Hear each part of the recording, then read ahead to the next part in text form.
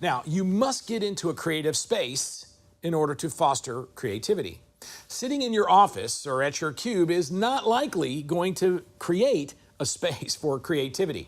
You're going to get distracted by the phone. You're going to get distracted by your email. You're going to get distracted by people walking by. Now, suppose you were sitting at your desk and you were really thinking, you were really trying to get creative, and you were sitting there and you're leaning back in your chair, maybe you have your feet up on the desk, your hands are behind your head. What's going to happen when people walk by?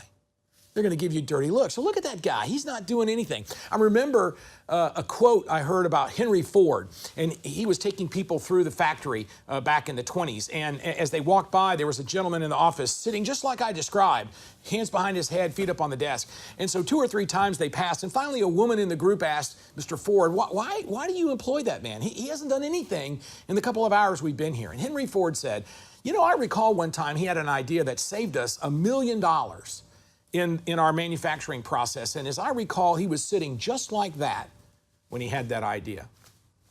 Let's examine the first element of creativity, that is space. Hi, my name is David Peterson, and I'm an international speaker, entrepreneur, author, and shipwreck survivor. Now, thanks for taking a couple of minutes to watch this video series on transformational growth.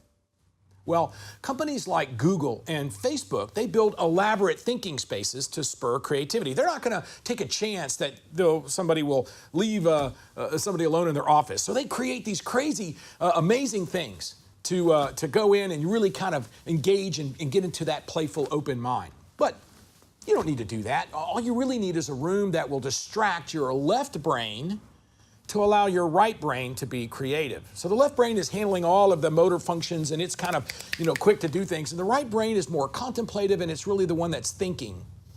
And so if the left brain is doing something engaged, the right brain can actually work on problems. Now, I founded a company called Gold Leaf Technologies, and we had a ping pong room that was full of whiteboards all around. And when people would get locked into a particular problem, they'd go and they'd start playing ping pong, and they would be playing and talking and, not even trying to figure out the problem, just engaging. But that left brain had to concentrate on hitting that ball back and forth over the net. And invariably, an idea would come, and then they could quickly go over to the whiteboard and capture that. So we have to have a space that's creative. And think about how you might create something like that in your personal space or even better at your place of work.